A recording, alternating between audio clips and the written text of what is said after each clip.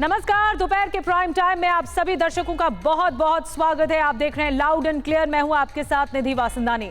शुरुआत करते हैं। एक तरफ रूस यूक्रेन का युद्ध, दूसरी तरफ इजराइल हमास के बीच जंग, और अब एक और नया वॉर फ्रंट खुलने की आशंका बढ़ गई है। जी हां, हम बात कर रहे हैं पाकिस्तान और अफगानिस्तान की तरफ से हो रहे ताबड़तोड़ अटैक की। पाकिस्तान की वायुसेना के अफगानिस्तान के अंदर हवाई हमलों के बाद दोनों देशों के बीच तनाव और बढ़ गया है। पाकिस्तानी हमले के बाद अफगानिस्तान की तालिबान सरकार ने जिस तरह से पलटवार किया, उससे यह आशंका जताई जा रही है कि दोनों देशों के बीच जल्द युद्ध शुरू हो सकता है। तालिबानी सेना ने जिस तरह से पाकिस्तान पर हमला किया, उसे देखकर यह लग रहा है कि तालिबान अब आर पार के मूड में है। तालिबानी सेना ने पाकिस्तान की सैन्य चौकियों को रॉकेट और तोप से निशाना बनाया है। पिछले 35 घंटे से पाक अफगान बॉर्डर पर भीषण बमबारी हो रही है। आवाज आपको सुनाई दे रही होगी। तालिबानी हमले में कुछ पाक सैनिकों के घायल होने की भी खबरें सामने आई हैं।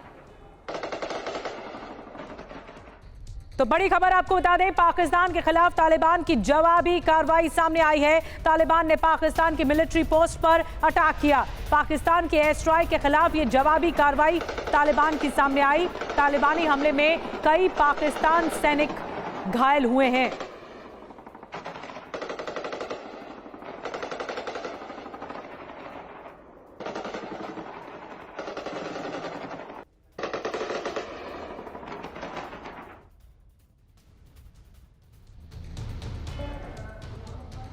और पाकिस्तान से तालिबान ने आखिरकार बदला लिया है। बदला क्या रहा, किस तरह से अटैक किया गया, री अटैक किया गया, आपको बताते हैं। 24 घंटे के अंदर तालिबान का ये पलटवार है। पाकिस्तान सैन्य चौकियों पर रात भर बमबारी होती रही। हमले में कई पाकिस्तानी सैनिक घायल हुए हैं। कुर्रम नॉर्थ और साउथ वजीरिस्तान सीमा पर फायरिंग हुई है। पाकिस्तान के 3 इलाकों में गोलीबारी तक हुई है। तो ये एक्शन तालिबान की तरफ से देखने को मिला है, जिस पर पाकिस्तान ने एयर स्ट्राइक की थी। और अब आपको कुछ तस्वीरें बताते हैं एक्शन की। पाकिस्तान के एयर स्ट्राइक के बाद से ही तालिबान बौखलाया हुआ है। तालिबान लगातार पाकिस्तान पर हमले कर रहा है। पाकिस्तान पर तालिबान के हमले की एक एक तस्वीर आपको दिखाएंगे। सबसे पहले इस तस्वीर को देखिए। अफगानिस्तान की तालिबान सेना ने रॉकेट लॉन्चर से पाकिस्तान आर्मी की चेक पोस्ट को उड़ा दिया। हमले में चेक पोस्ट पूरी तरह तबाह हो गया। और एक और तस्वीर अब हम आपको दिखाने जा रहे हैं। पाकिस्तान पर तालिबानी हमले का दूसरा वीडियो आपको दिखाते हैं। ये तस्वीर साउथ वजीरिस्तान सीमा की है। तालिबानी सेना लगातार पाकिस्तान आर्मी पर फायरिंग कर रही है। गोलियों की तड़तड़ाहट से सीमावर्ती इलाके के पास रहने वाले लोग सहमे हुए हैं।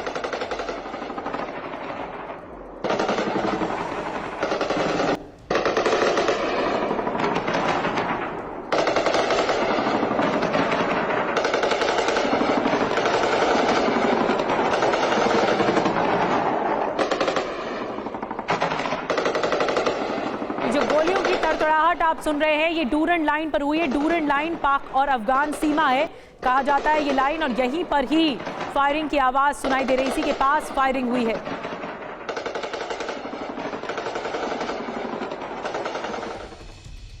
और अब पाकिस्तान के हवाई हमले के बाद तालिबान एक्शन में है। जंग की तैयारी करते तालिबान की सबसे नई तस्वीर है। अफगानिस्तान के पंजशीर इलाके से तालिबान के लड़ाके पाकिस्तान बॉर्डर की तरफ आगे बढ़ रहे हैं। ये सभी नासिर बदरी कमांडर के लड़ाके हैं।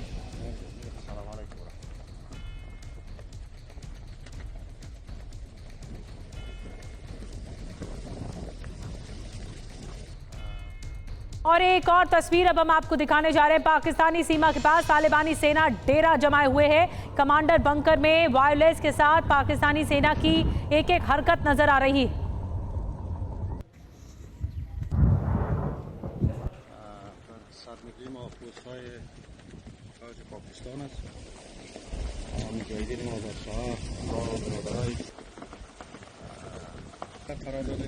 तो पाकिस्तान पर तालिबान इस वक्त पैनी निगाह रखे हुए हैं। एक एक हलचल पर नजर बना के रखे हुए हैं। पाकिस्तान बॉर्डर के पास जंग की बड़ी तैनाती हुई है और ये बताती है कि किसी भी वक्त पाकिस्तान और तालिबान में जंग छिड़ जाएगी।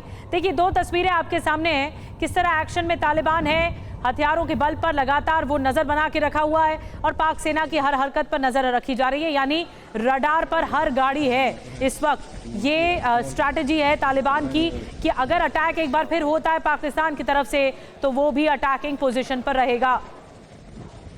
और एक और तस्वीर आपको दिखाते हैं। तालिबान के लड़ाके पाकिस्तानी सेना की चौकियों पर लगातार हमले कर रहे हैं। रॉकेट लॉन्चर और तोप से पाकिस्तानी पोस्ट पर अटैक किया गया है। तालिबान के हमले से पाकिस्तान को भारी नुकसान का सामना करना पड़ा।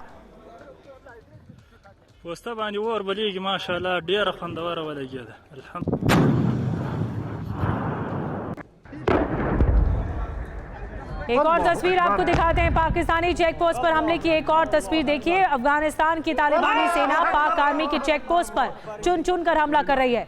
डूरन लाइन के पास कई पाक आर्मी की पोस्ट को भारी नुकसान हुआ है। अल्लाहु अकबर, अल्लाहु अकबर, अल्लाहु अकबर,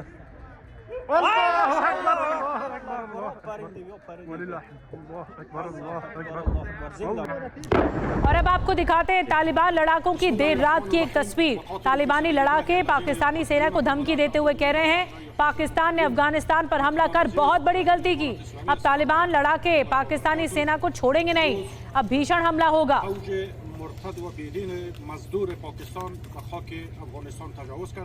हमारे साथ इस वक्त मनीष झा हमारे सहयोगी जुड़ रहे हैं और साथ ही हमारे साथ गुलाम अब्बास सीधे पाकिस्तान से जुड़ रहे हैं। गुलाम, देखिए पाकिस्तान ने जो कार्रवाई की उसका रिटेलिएशन तालिबान ने किया, लेकिन अब पाकिस्तान क्या करेगा? क्योंकि पाकिस्तानी चौकियों को, पाकिस्तानी सेना को टारगेट कर रहा है तालिबान, पूरी तरह से रडार पर रख दिया है और युद्ध कभी भी ऐसा लग रहा है छिड़ जाएगा। देखिए निधि, पहली बात तो यह है कि पाकिस्तान ने जो एयर स्ट्राइक की थी उसके पीछे 2 साल का वेट था। 2 साल से अफगानिस्तान से पाकिस्तान में टेररिस्ट एक्टिविटीज़ हो रही थी और हमने देखा है कि बड़े बड़े टेररिस्ट अटैक्स जो हुए हैं उसके बाद उनकी जिम्मेदारी जो है वो टीटीपी ने अफगानिस्तान में बैठ के कबूल की है। तो जिसके बाद पाकिस्तान मुसलसल तालिबान को ये कह रहा था कि वो टीटीपी को पाकिस्तान पर हमलों से रोके, और जब ये नहीं हुआ तो उसके बाद अटैक हुआ। अब बॉर्डर पे टेंशन ज़रूर है निधि, और बॉर्डर पे जिस तरीके से तालिबान की तरफ से अगर कोई फायरिंग की जा रही है, मोटर शेल फायर किए जा रहे हैं, तो पाकिस्तान की तरफ से भी रिस्पांस दिया, लेकिन मुझे ये नहीं लगता कुछ बड़ी जंग की तरफ जाएंगे, क्योंकि अब तालिबान की तरफ से अगर उसी तरीके से प्रॉक्सी लड़ी गई और टेररिस्ट इस्तेमाल किए गए और टेररिस्ट एक्टिविटीज पाकिस्तान में हुई तो फिर उसका नतीजा जो है वो गंभीर निकल सकता है और फिर किसी ना किसी तरीके से पाकिस्तान और अफगानिस्तान जंग की तरफ जा सकते हैं। लेकिन अगर ये बॉर्डर पे टेंशन चलती रही तो कहीं ना कहीं दोनों सरकारें, पाकिस्तान और तालिबान की सरकार बैठकर इस मामले को हल कर लेगी। हमारे पास ऐसी खबरें हैं कि पाकिस्तान के जो डिप्लोमेट्स हैं, जो एम्बेसडर हैं अफगानिस्तान में, उन्होंने कंधार का सफर किया है। कंधार में आपको पता है कि जो तालिबान के चीफ है मुल्ला हैबतुल्लाह, वो रहते हैं, और पाकिस्तान के कुछ दिन पहले ही पाकिस्तान के जो डिप्लोमेट ने वहां तक का सफर किया था और वहां पे मुल्ला शरीफ ज़ादा से मुलाकात की, जो कि मुल्ला हैबतुल्लाह जो कि तालिबान के चीफ हैं उनके बड़े करीबी समझे जाते हैं। तो ये खबरें ऐसी मिल रही हैं कि कहीं ना कहीं बैक चैनल शुरू हो गया और बातचीत चल रही है कि ये मामले जो है रिजॉल्व किया जाए। पाकिस्तान की एक ही मांग लगती है और वो यही कह रहे हैं कि टीटीपी को किसी तरीके से पाकिस्तान में अटैक्स करने से रोका जाए। जो टेररिस्ट एक्टिविटीज होती है, टीटीपी अफगानिस्तान की जमीन इस्तेमाल करती है तो उनको रोका जाए। तालिबान हालांकि ये कहते जरूर रहे हैं कि उनको नहीं इस्तेमाल कर देंगे अफगानिस्तान की जमीन, लेकिन इसके बावजूद भी हमने इलेक्शंस के दौरान भी और डेली बेसिस पे देखा कि पाकिस्तान में जितने टेररिस्ट अटैक्स होते रहे वो तालिबान वो अफगानिस्तान के जरिए आके टेररिस्ट अटैक करते रहे। जी निधि, बड़ी बात आप कह रहे हैं, लेकिन ऐसे संकेत कम नजर आ रहे हैं कि प्रॉक्सी वॉर में या सीधा वॉर में ही तब्दील हो जाए ये पूरी जंग। बहरहाल देखना होगा। एक दूसरे को आईना दिखाने की तो कोशिश हो रही है मनीष, चाहे वो पाकिस्तान हो या तालिबान, लेकिन तालिबान की आग पाकिस्तान ने ही लगाई है। अब क्या लगता है, क्या ये जंग के मैदान में बदल जाएगा ये पूरा जो इस वक्त लड़ाई चल रही है? बिल्कुल निधि, देखिए ये जंग के मैदान में बदल चुका है। कोई भी मुल्क जो आतंकवाद का पनाहगार होगा उसकी कीमत तो वो चुकाएगा ही। पाकिस्तान वो कीमत चुका रहा है, लेकिन यहाँ पर केवल टेररिस्ट एक्टिविटी के नाम पर जो पाकिस्तान कह रहा है बस वहीं तक ये मामला सीमित नहीं है। असल में वही तालिबान जिसको उसने पाला पोसा सींचा, जब तालिबान अफगानिस्तान की हुकूमत करने लगी है तो फिर बतौर सरकार तालिबान को भी समझ में आया कि पाकिस्तान के साथ दोस्ती ठीक नहीं है। और यही वजह है कि आज की तारीख में आप देखिए, ज़्यादा दिन नहीं हुए हैं जब ईरान ने भी पाकिस्तान के उन इलाकों पर हमला किया था। अब तालिबान के नेतृत्व वाली अफगानिस्तान की सरकार, बल्कि मैं तो कहता हूं कि अफगानिस्तान और पाकिस्तान की जंग के तौर पर आप इसको देखिए। हाँ, ये बात अलग है कि पाकिस्तान अभी फिलहाल जो तालिबान के आका लोग हैं उनके पास मिलकर कुछ चंद महीने की रहम मांगेंगे कि प्लीज़ हम पर हमला मत करो, हम पर हर तरफ से ठुकाई मत हो। लेकिन सच तो यही है कि पाकिस्तान की यही किस्मत है। और आज अगर अब पाकिस्तान को ये झांकने की ज़रूरत है कि केवल भारत नहीं, चीन के अलावा ऐसा कोई मुल्क नहीं है जिसके साथ पाकिस्तान के अच्छे संबंध है। ईरान ने हमला किया, अफगानिस्तान हमला कर ही रहा है, भारत के साथ संबंध जगजाहिर है। वैसे में पाकिस्तान करेगा क्या, खासकर तब जब वही तालिबान जिसने अमेरिकियों को भगाया था, अब जब वही पाकिस्तानी सेना के खिलाफ लगी है, तो मुझे लगता है वो दिन दूर नहीं जब बलूचिस्तान और खैर पख्तूनख्वा के ये इलाके अपने आप को आज़ाद मुल्क घोषित कर दें। बड़ी बात आप कह रहे हैं और एक तरह से आपने नब्ज पकड़ी है मनीष की, जिस पाकिस्तान ने जिस तालिबान को पाला पोसा और इस तरह खड़ा किया, वही अब अटैक कर रहा है। जंग के मैदान में तो बदल चुका है, लेकिन अब पाकिस्तान क्या करेगा ये सवाल है। वैसे पाक अफगानिस्तान जंग में अमेरिका भी कूद गया है। बड़ी खबर आपको बता रहे हैं, अमेरिका ने अफगानिस्तान पाकिस्तान को नसीहत दी है। टीटीपी पर कार्रवाई को लेकर संयम बरते पाकिस्तान, ये यूएस की नसीहत है। वो यूएस जो फंड करता है पाकिस्तान को, वो यूएस जिससे पाकिस्तान लगातार हाथ फैलाकर मांगता है, वो अमेरिका कह रहा है कि पाकिस्तान को संयम बरतना चाहिए टीटीपी पर कार्रवाई करने के लिए। और आपको बता दें कि पाक तालिबान जंग पर अमेरिका की जो नसीहत है वो क्या है, बिग वॉल के जरिए आइए बिग पॉइंटर्स आपको बताते हैं क्या कहा है अमेरिका ने। अमेरिका ने पाकिस्तान को संयम बरतने को कहा है। पाक तालिबान जंग पर अमेरिका की नसीहत, व्हाइट हाउस की प्रवक्ता कैरन जिया-पिएरे ने कहा है। उन्होंने क्या कुछ कहा आपको बता रहे हैं। पाकिस्तान टीटीपी पर कार्रवाई को लेकर संयम बरते, यानी हर कदम फूंक फूंक कर उठाए। पाकिस्तान की कार्रवाई से आम लोगों को नुकसान न हो। अफगानिस्तान की धरती का इस्तेमाल आतंकी हमले के लिए न हो, यह भी कहा गया अमेरिका की तरफ से। दोनों देश मतभेदों को बातचीत के जरिए सुलझाएं, यानी अफगानिस्तान और पाकिस्तान, तालिबान और पाकिस्तान। तालिबान ने पाकिस्तान पर मासूमों पर हमले का आरोप लगाया था, ये तालिबान ने लगाया था, और यही कार्रवाई फिर पाकिस्तान की तरफ से जब की गई तब तालिबान कह रहा है कि हम पे तो एयर स्ट्राइक की गई है, हम तो इस वक्त विक्टिम हैं। लेकिन अमेरिका भी कूद गया है। और मनीष, ये हस्तक्षेप शायद पाकिस्तान को महंगा पड़ेगा, क्योंकि अमेरिका दो टूक कह रहा है आप संयम बरते टीटीपी पर अगर कार्रवाई करेंगे तो। देखिए, पहली बात तो है कि पाकिस्तान के एयर स्ट्राइक में कोई आतंकी संगठन या आतंकी लड़ाके के बजाय 8 महिलाएं और बच्चे मारे गए हैं, तो वहां पर रहने वाले अफगान सिविलियन मारे गए हैं पाकिस्तान के एयर स्ट्राइक में। इसलिए यह मामला और अधिक संवेदनशील हो जाता है और तालिबान प्रशासन पर अब ये दबाव है कि वो बदले की कार्रवाई करे, जो कि वो कर भी रहा है। दूसरी बात है अमेरिका के हस्तक्षेप से भी। अब आप सोचिए ना कि किस तरह के मामले हो गए कि जिस अमेरिका को तालिबान ने खदेड़ा था, वही अमेरिका कह रहा है कि तालिबान के खिलाफ कोई भी कार्रवाई पाकिस्तान ना करे। तो दरअसल पाकिस्तान और अफगानिस्तान के बीच जो जंग सुलग रही है वो पश्चिम एशिया में एक भूचाल ला सकती है, क्योंकि आने वाले दिनों में आपको दिखाई देगा कि पाकिस्तान के खिलाफ ईरान और अफगानिस्तान मिलकर काम कर रहे हैं। और आज की तारीख में मुझे लगता है कि पाकिस्तान और तालिबान में से किसी एक को चुनना हो तो आसपास के सभी मुल्क तालिबान को चुनेंगे, ना कि पाकिस्तान को चुनेंगे। यही भू राजनीतिक समीकरण वहाँ तेजी से बदल रहा है और इन सब का खामियाजा पाकिस्तान को भुगतना पड़ेगा। उन्हें अपने करनी की सजा भुगतनी है, जो कि अब चालू हो चुका है। बिल्कुल गुलाम, क्या पाकिस्तान इस तरह अपनी करनी की सजा भुगतेगा? क्योंकि ऐसा जिस तरह से संकेत मिल रहे हैं कि एक ऐसा गठजोड़ बन रहा है जो पाकिस्तान को अलग थलग कर रहा है, यानी इसे घेरने के लिए चौतरफा वार करने की तैयारी है, जिसमें ईरान भी स्ट्रैटेजी बना रहा है। पहली जो अफगानिस्तान की तालिबान सरकार की तरफ से कहा गया था कि 8 लोगों की मौत हुई और सारे सिविलियन हैं, उसी को नकारा है टीटीपी के गुल बहादुर ग्रुप ने। गुल बहादुर जिन्होंने मिरान शाह में अटैक किया था पाकिस्तानी फोर्सेस के ऊपर, जिसमें 7 पाकिस्तानी आर्मी के जवान की मौत हुई थी, उन्होंने ये कंफर्म किया है कि 4 जो हैं उनके मारे गए हैं, जो कि अहम टीटीपी के कमांडर्स थे। तो इस हवाले से तो एक चीज है कि वहां पे जहां पे अटैक हुआ वहां पे टेररिस्ट मौजूद थे। अब आगे चलते जो आपने बात की कि ईरान और पाकिस्तान के बीच में जो मामला हुए थे, मेरा ख्याल है कि वो काफी हद तक रिजॉल्व हो चुके हैं डिप्लोमेटिक चैनल्स के थ्रू, और अब शायद वहां पर ये मामला ना बने। लेकिन अफगानिस्तान में तालिबान की सरकार जब से बनी है, पाकिस्तान में ये थ्रेट्स रहे हैं, और जब तालिबान वहां पे टेक ओवर कर रहे थे उस समय भी हम ये कह रहे थे कि पाकिस्तान में टेररिज्म की एक नई वेव आएगी, और वो हमने देखा है कि आने वाले दिनों में मजीद इसमें अगर ये टेंशन बढ़ी तो टेररिज्म जो पाकिस्तान में हो रही है उसमें इजाफा जरूर होगा, और पाकिस्तानियों के लिए, जो आम पाकिस्तानी है, उनको एक बड़ी लहर फेस करना पड़ सकती है टेररिज्म की। बहुत बड़ी बात आप कह रहे हैं कि टेररिज्म एक बार फिर से हावी हो सकता है, और जब से तालिबान ने अफगानिस्तान पर कब्जा किया है तब से ये थ्रेट पाकिस्तान पर लगातार मंडरा रहा है। मैं गुलाम आऊंगी आपके पास, मनीष आपके पास भी आऊंगी, लेकिन बड़ी खबर एक और बता दें, पाकिस्तान को तालिबान ने धमकी दे दी है। पाकिस्तान का अमेरिका जैसा होगा अंजाम, ये तालिबान का कहना है। अमेरिका से 20 साल लड़ने का अनुभव रहा है, जब नेटो सेना वापस हुई तालिबान से और तालिबान ने कैप्चर किया, एक बड़ी जंग लड़ी, तो अब तालिबान ये कह रहा है कि हमें तो अनुभव है। और ये हमले का नया वीडियो भी सामने आ गया है। जो जानकारी इस वक्त हमें मिल रही है, तालिबान इस वक्त पूरी तरह से एक्टिव हो चुका है और एक बार फिर से ये टेररिस्ट गतिविधियों को आगे बढ़ाता हुआ पाकिस्तान पर फिर से अटैक किया गया है। धमकी भी दी गई है तालिबान की तरफ से पाकिस्तान को, धमकी ये दी गई है कि पाकिस्तान का अमेरिका जैसा अंजाम होगा। ये देखिए एक और रीसेंट अटैक जिसमें एक बड़ा अटैक किया गया, बड़ा हमला किया गया। ये बड़ा ब्लास्ट है जो आप देख रहे हैं इस इलाके में, जो तालिबान की ओर से एक्शन लिया गया है।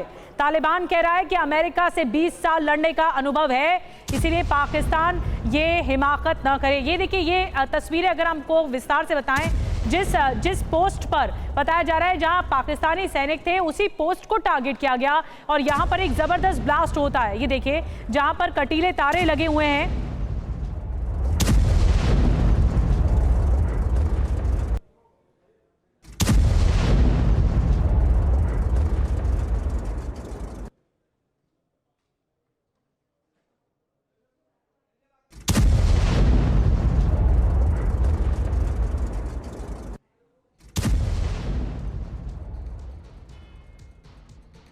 तो ये ताज़ा तस्वीरें आपको दिखा रहे हैं जो इस वक्त अभी कुछ देर पहले ही अटैक हुआ है, जो जानकारी हम तक मिल रही है। अब आपको बताते हैं पाकिस्तान और अफगानिस्तान के बीच तकरार की जो मुख्य वजह है वो क्या है। वजह जानना बहुत ज़रूरी है। पाकिस्तान अफगानिस्तान में ये जो टक्कर है वो क्यों हो रही है। पाक अफगान के बीच लड़ाई की जो मुख्य वजह है वो है डूरंड लाइन। डूरंड लाइन 1893 में भारत अफगानिस्तान के बीच खींची गई थी। डूरंड लाइन चीन की सीमा से लेकर ईरान तक फैली हुई है और अफगानिस्तान डूरंड लाइन को मानने से इनकार करता है शुरू से। पिछली सरकारों की तरह ही तालिबान भी इस लाइन को नहीं मानता है। हालांकि जो मुख्य वजह है, जो कोर है जो इस टकराव का, वो डूरंड लाइन है। मनीष, क्या डूरंड लाइन को लेकर ही ये जो मतभेद है वो सामने आ रहे हैं और ऐसा लगता है कि क्या ये नेगोशिएशन होगा, क्योंकि तालिबान की जो नीति और नीयत रही है वो टेररिस्ट अटैक की ही रही है। तो ऐसे में क्या होगा, क्या करेगा पाकिस्तान?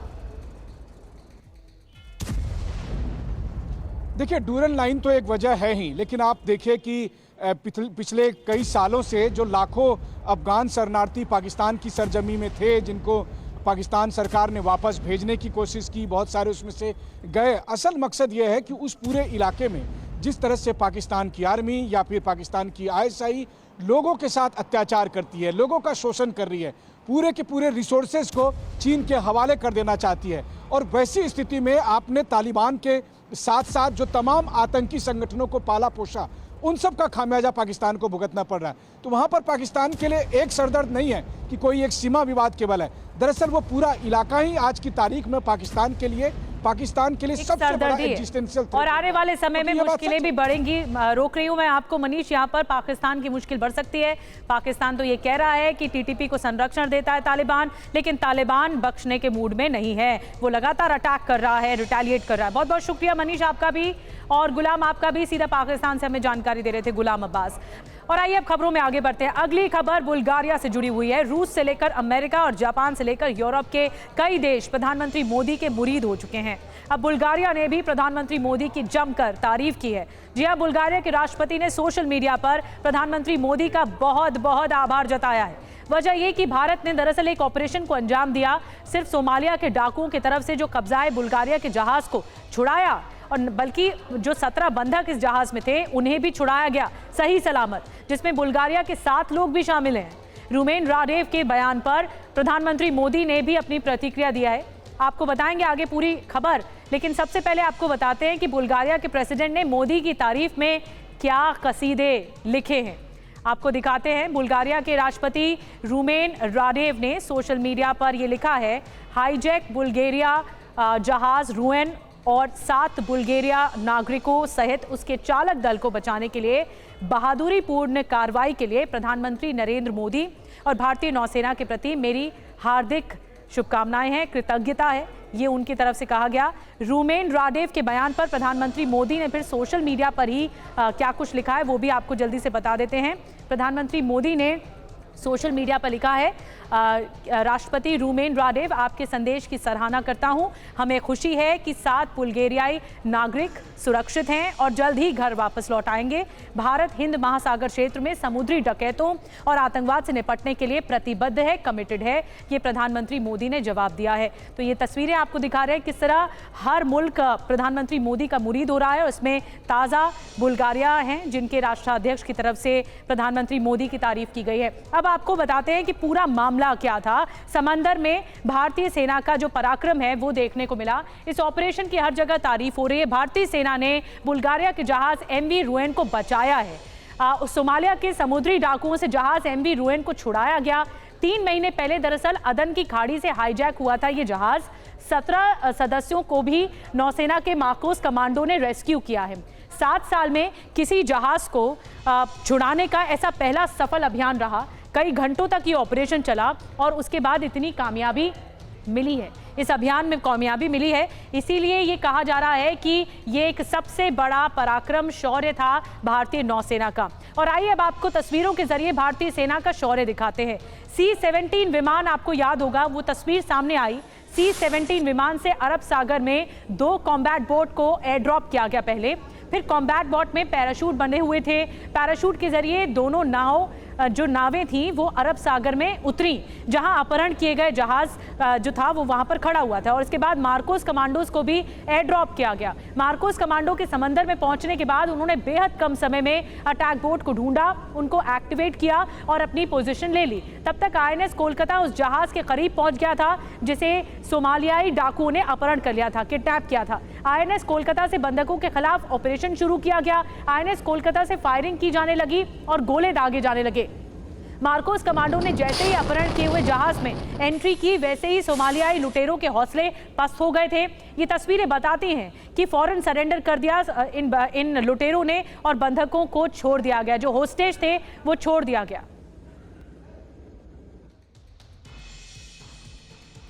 और समंदर में भारतीय नौसेना कई बार अपने शौर्य का परिचय दे चुकी है। अभी हाल ही की बात है जब भारतीय नौसेना ने एक और जहाज को बचाया था। आइए आपको उस घटना के बारे में बताते हैं। ब्लू जोन में भारतीय नौसेना का ये शौर्य है। 14 दिन पहले भारतीय नौसेना ने एक और जहाज को बचाया था। हूती हमले के शिकार जहाज से 21 लोगों का रेस्क्यू किया गया था। आपको बता दें कि 6 मार्च को हूती ने कमर्शियल जहाज पर अटैक किया था, हमला किया था। जहाज पर हमले के बाद INS कोलकाता को रवाना किया गया। हेलीकॉप्टर और बोट की मदद से लोगों का रेस्क्यू किया गया।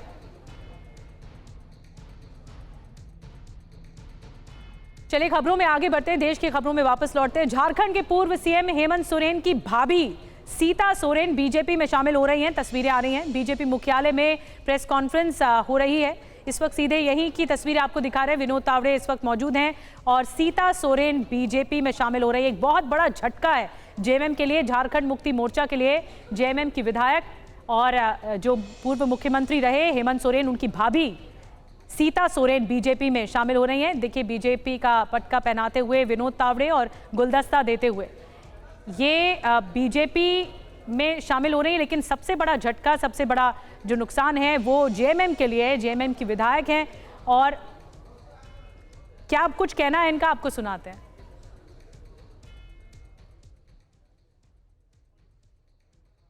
अभी माननीय प्रधानमंत्री मोदी जी के नेतृत्व में बिरसा मुंडा जयंती को विशेष तौर पर मनाने की जो शुरुआत हुई और कई ऐसी योजनाएं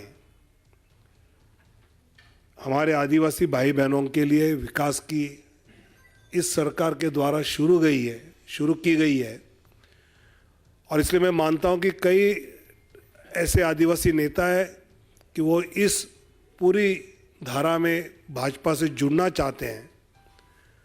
और आज बहन सीता हमारे साथ जुड़ने से झारखंड में एक और ताकत भारतीय जनता पार्टी की बढ़ी है। और आने वाले दिनों में लोकसभा के बाद जो तुरंत चुनाव होते हैं हरियाणा, महाराष्ट्र और झारखंड, उसमें इसका एक अलग असर तो दिखेगा। छोड़कर भी मैं मानता हूं कि और आइए खबरों में आगे बढ़ते हैं। आंध्र प्रदेश में एयरफोर्स की इमरजेंसी लैंडिंग एक्सरसाइज हुई है। ट्रांसपोर्ट एयरक्राफ्ट की इमरजेंसी लैंडिंग एक्सरसाइज हुई है। AN-32 और डॉनियर विमान ने इसमें हिस्सा लिया। इस एक्सरसाइज में आंध्र प्रदेश में NH-16 पर विमान की इमरजेंसी लैंडिंग कराई गई। एक्सरसाइज के लिए यातायात को डाइवर्ट भी किया गया। 2 घंटे में 2 बार ये एक्सरसाइज हुई है। इस तरह से इमरजेंसी लैंडिंग कराई गई ताकि अगर कल को ये इस तरह की कोई घटना सामने आती है तो फिर ये विमान तैयार रहे। सुबह 11 बजे से 1 बजे के बीच ये एक्सरसाइज हुई है, ड्रिल हुई है। एक्सरसाइज के लिए NH-16 पर बनी 4 किलोमीटर लंबी हवाई पट्टी और इसी पर ही ये एक्सरसाइज कराई गई।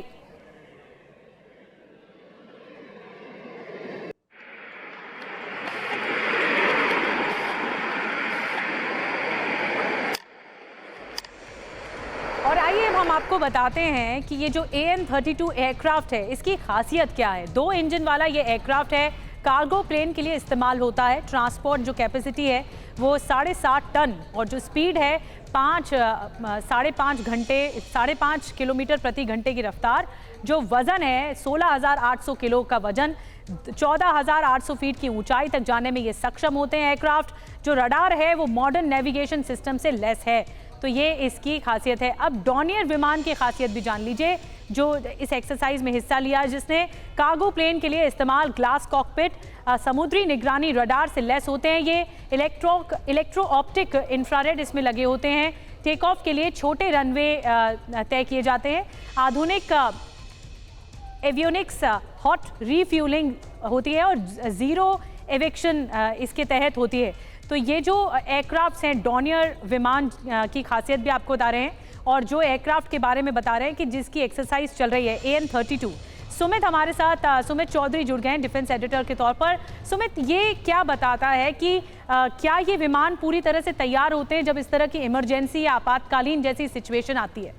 देखिए, आप सबसे पहले तो ये समझिए कि आखिरकार इन एक्सरसाइजेस को करने की ज़रूरत क्या है। आपको याद होगा कि ये उत्तर प्रदेश हो, राजस्थान हो, नेशनल हाईवेज़ को और स्टेट हाईवेज़ को किस तरीके से आप इमरजेंसी लैंडिंग के लिए इस्तेमाल कर सकते हैं। और ये तब होता है जब युद्ध के समय में, जब दुश्मन आपके एयरबेसेस को, आपके एयर स्ट्रिप्स को टारगेट करता है, तो आपके पास ऐसे मल्टीपल प्लेटफॉर्म्स होने चाहिए, मल्टीपल जगह होनी चाहिए जहाँ पर आप ये इमरजेंसी लैंडिंग करा सके। आपको याद है कि दुश्मन को भी पता होता है कि आपके एयरबेसेस कहाँ हैं, तो ऐसे में इन ट्रांसपोर्ट एयरक्राफ्ट्स को, फाइटर एयरक्राफ्ट्स को, कार्गो एयरक्राफ्ट्स को ऐसी जगह पर उतार कर, इन पैचेस पर आप देखें करीबन 4 किलोमीटर से 5 किलोमीटर के पैचेस को इमरजेंसी लैंडिंग पैचेस बनाया जा सकता है ताकि सिविल इंफ्रास्ट्रक्चर जो है यानी हाईवे जो है उनका इस्तेमाल भी इमरजेंसी लैंडिंग के तौर पर किया जा सके, यानी इमरजेंसी सिचुएशन में किया जा सके।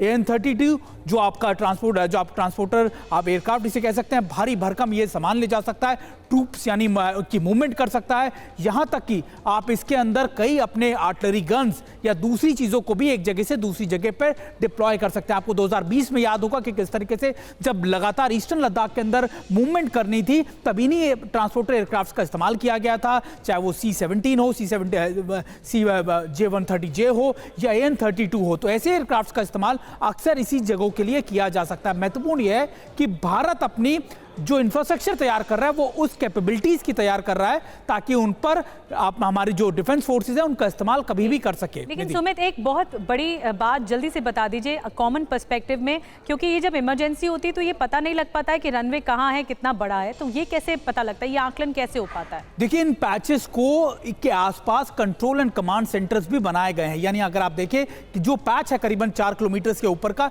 इसके आसपास पर कंट्रोल एंड कमांड सेंटर बनाया गया है। तो ऐसे में ये बताया जाता है कि आप जिस एरिया में आप ऑपरेशन करने जा रहे हैं वहां पर आपके इमरजेंसी लैंडिंग कौन कौन सी है, और ये लगातार ऐसे कमांड कंट्रोल सेंटर से लगातार उनको इंडिकेट किया जाता है। अगर आप देखें मोटे तौर पर कि किसी भी एयरक्राफ्ट की लैंडिंग कभी किसी भी ऐसे ही सड़क पर, ऐसी जगह पर नहीं करा जा सकती। उसके लिए एक प्रॉपर उनकी एक पैरामीटर्स होते हैं कि उसका जो रोड होगी, उसका जो सरफेस होगा वो कितना मोटा होगा, कितने पेलोड को वो कैपेसिटी को हैंडल कर सकता है। और ये एयर स्ट्रिप्स के जो इलाके होते हैं करीबन 4 किलोमीटर के, इनको इसी मानकों के हिसाब से बनाया जाता है। और ख़ास तौर पर इसलिए मैं फिर कह रहा हूं कि जो आपके सिविलियन जो चीज़ें इस्तेमाल हो सकते हैं, सिविलियन जो आपके इंफ्रास्ट्रक्चर है, उनको इस तरीके से बनाया जा रहा है कि वो हमारी डिफेंस फोर्सेज, हमारी आर्म फोर्सेज भी इस्तेमाल कर सके। बहुत बखूबी आपने समझाया सुमित, और ये बहुत ज़रूरी है ये आम आदमी की नज़र में ये समझना कि इस तरह के एयरक्राफ्ट कैसे काम करते हैं। आप बने रहिए सुमित हमारे साथ। एक और बड़ी खबर हम बता दें दर्शकों को, ग्लोबल टेंशन के बीच यूएन के जनरल सेक्रेटरी की बड़ी चेतावनी सामने आई है। न्यूक्लियर टेंशन को लेकर एंटोनियो गुतेरेस की तरफ से बड़ी चेतावनी दी गई है। परमाणु खतरा अब तक के सबसे ऊंचे स्तर पर है, दुनिया को चुकानी होगी एक गलती की कीमत। एंटोनियो गुतेरेस की तरफ से ये बहुत बड़ा बयान है कि परमाणु खतरा अब तक के सबसे उच्चतम स्तर पर है, यानी इतना खतरा है कि कभी भी कुछ भी हो सकता है, और अगर एक गलती हो गई या एक ट्रिगर दब गया परमाणु का, तो फिर दुनिया को इसकी भारी कीमत चुकानी होगी। ये साफ तौर पर चेताया है एंटोनियो गुतेरेस ने। और संयुक्त राष्ट्र के जनरल सेक्रेटरी एंटोनियो गुतेरेस ने परमाणु को लेकर, परमाणु बात को लेकर क्या कुछ कहा है, आइए आपको बिग वॉल के जरिए बताते हैं कैसे चेताया गया है। परमाणु शक्ति और हथियार तेजी से बढ़ रहा है, ये कहना है एंटोनियो गुतेरेस का। एक गलती की कीमत पूरी मानवता को चुकानी होगी, पूरी ह्यूमैनिटी को। अब परमाणु हथियारों का निरस्त्रीकरण जरूरी है, ये भी कहा गया, और निरस्त्रीकरण की आत्मघाती कदम को रोकने का एकमात्र रास्ता भी है, ये उनकी तरफ से सुझाया गया है। परमाणु अब तक आविष्कार हुए सबसे विनाशकारी हथियार हैं। जो न्यूक्लियर हथियार होते हैं सबसे विनाशकारी होते हैं। महाविनाश की आहट का काउंटडाउन सभी सुन सकते हैं, मतलब उन्होंने काउंटडाउन तक की बात कह दी है। ये एक बहुत बड़ी चेतावनी एंटोनियो गुतेरेस की तरफ से, और गुतेरेस की चेतावनी के बाद कई बड़े सवाल भी खड़े हो रहे हैं। आपको बताते हैं, बड़े देशों में परमाणु हथियारों की जो होड़ है वो इस वक्त मची हुई है। खास करके फ्रंटलाइन पे इस वक्त रशिया है। वॉर फ्रंट के बीच परमाणु युद्ध की आशंका बढ़ गई है। परमाणु ताकत बढ़ने से न्यूक्लियर वॉर का खतरा बहुत ज्यादा मंडरा रहा है। रूस और अमेरिका से एटमी हथियारों की जंग शुरू क्या होगी, ये बहुत बड़े सवाल है। गुतेरेस की चेतावनी के बाद क्या कदम उठाए जाएंगे सुपर पावर देशों की तरफ से। और एंटोनियो गुतेरेस के बयान के बाद तनाव और बढ़ गया है, ये टेंशन एस्केलेट हो गया है। विन आपको बताते हैं कि किस तरह से 4 और बड़ी जानकारी इससे जुड़ी हुई मिल रही है। एक तरफ फरवरी 2022 से रूस और यूक्रेन के बीच भीषण जंग चल रही है, तो वहीं दूसरी तरफ अक्टूबर 2023 से हमास और इजराइल के बीच आर पार का युद्ध चल रहा है। 2 फ्रंट पर भीषण जंग के बीच 4 ऐसे भी फ्रंट हैं जहां युद्ध किसी भी वक्त शुरू हो सकता है। इसमें सबसे पहले रूस और नेटो का है, जहां जंग की चिंगारी कभी भी भड़क सकती है। वहीं नॉर्थ कोरिया और साउथ कोरिया में भी जबरदस्त तनाव है, तो किसी भी वक्त यहां भी युद्ध छिड़ सकता है। इस बीच चीन का ताइवान से तनाव है, जो कभी भी युद्ध की शक्ल ले सकता है। चीन और अमेरिका में भी जबरदस्त तनाव है, यहां जंग का खतरा मंडरा रहा है। ये कोल्ड वॉर हॉट वॉर में बदल सकता है।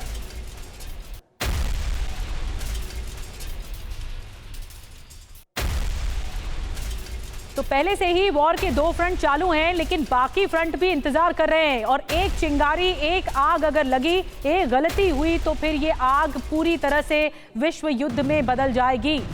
और परमाणु युद्ध की क्या घंटी बज रही है, क्योंकि सबसे बड़ा सवाल यही है, अगर एंटोनियो गुतेरेस की तरफ से चेताया गया है तो ये सवाल उठना लाजमी है कि इनकी वजहें क्या हैं। चलिए खबरों का सिलसिला आगे बढ़ाते हैं, और अब एक और खबर, हिंदुस्तान की बढ़ती ताकत की। रक्षा क्षेत्र में भारत लगातार लंबी छलांग लगा रहा है। एक बार फिर आत्मनिर्भरता की राह पर रक्षा क्षेत्र में एक बड़ी उपलब्धि भारत हासिल करेगा।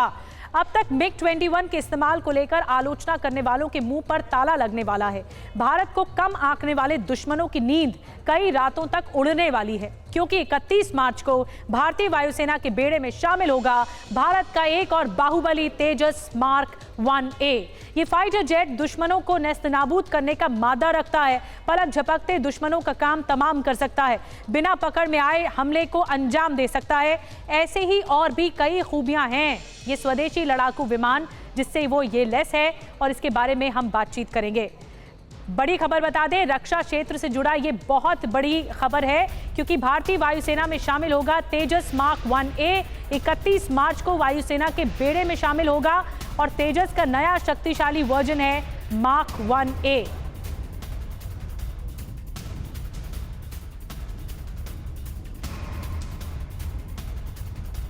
आपको बता दें कि हिंदुस्तान एरोनॉटिक्स लिमिटेड HAL बना रही है, MiG-21 की जगह लेगा। जो पुराने MiG-21 है उसको रिप्लेस करेगा। सुमित हमारे साथ बने हुए लगातार। सुमित, ये जब हम तस्वीरें देखते हैं तो गर्व से भर जाते हैं, क्योंकि 31 मार्च को एक बार फिर से भारत के ये सफलता मिलने वाली उपलब्धि है कि तेजस को रिप्लेस करके ये नया वर्जन आ रहा है। देखिए, बिल्कुल तेजस को रिप्लेस नहीं, तेजस ऑलरेडी इंडियन एयरफोर्स के पास मौजूद है, लेकिन ये उसका एडवांस वर्जन। आप मान के चलिए कि बेहतर चीज़ों के साथ, बेहतर एवियोनिक्स, बेहतर रडार सिस्टम्स, बेहतर हथियार और इन सारी चीज़ों के साथ बेहतर डिजिटलाइजेशन, यानी इसको पूरी तरीके से एक मेकओवर कर इसको बनाया गया है। और ख़ास बात यह कि अब की ज़रूरतों के हिसाब से, यानी जिस तरीके से ज़रूरतें बदलती हैं, डिफेंस में हमेशा ज़रूरतें बदलती हैं, उन ज़रूरतों के हिसाब से ये मार्क 1A को बनाया गया और करीबन 83 से ज़्यादा ये करीबन जो एयरक्राफ्ट हैं वो भारतीय एयरफोर्स में इंडक्ट होंगे।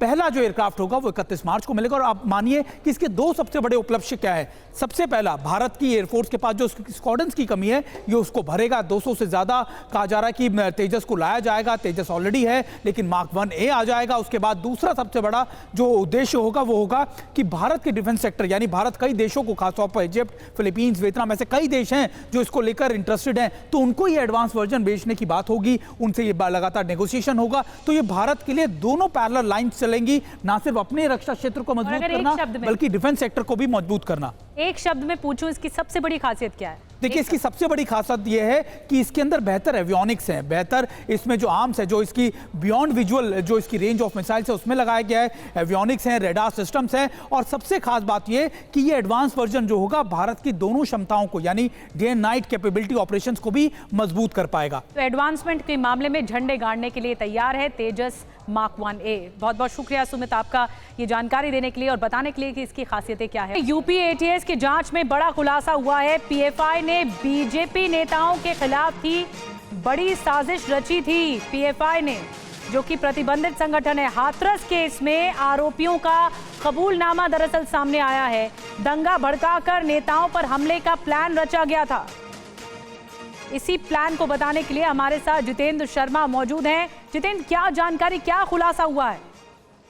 जी बिल्कुल, देखिए PFI का जो मुख्य लीडर है जिसका नाम सिद्दीकी कप्पन है और साथ ही पत्रकार भी है, इसकी गिरफ्तारी की गई थी हाथरस कांड के बाद। दरअसल ये अपने दो साथियों के साथ उस वक्त हाथरस के स्पॉट पर पहुंचने की कोशिश कर रहा था और इसका जो इरादा था वो इरादा था कि दरअसल हाथरस कांड की आड़ में दंगे भड़काना।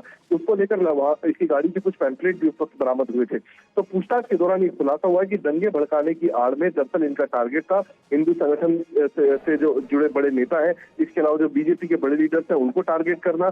इसके लिए बाकायदा इन्होंने हिट स्क्वाड बनाया था और हिट स्क्वाड की जिम्मेदारी फिरोज और एक अंसद को दी गई थी।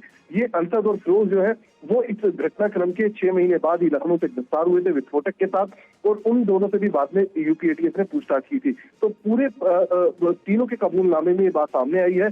दंगे भड़काने के आड़ में लगातार PFI के जो बड़े लीडर्स हैं ये लोग साजिश कर रहे थे कि किसी भी सूरत में दंगा भड़काकर बीजेपी और हिंदू संगठनों के लीडर्स को टारगेट किया जाए।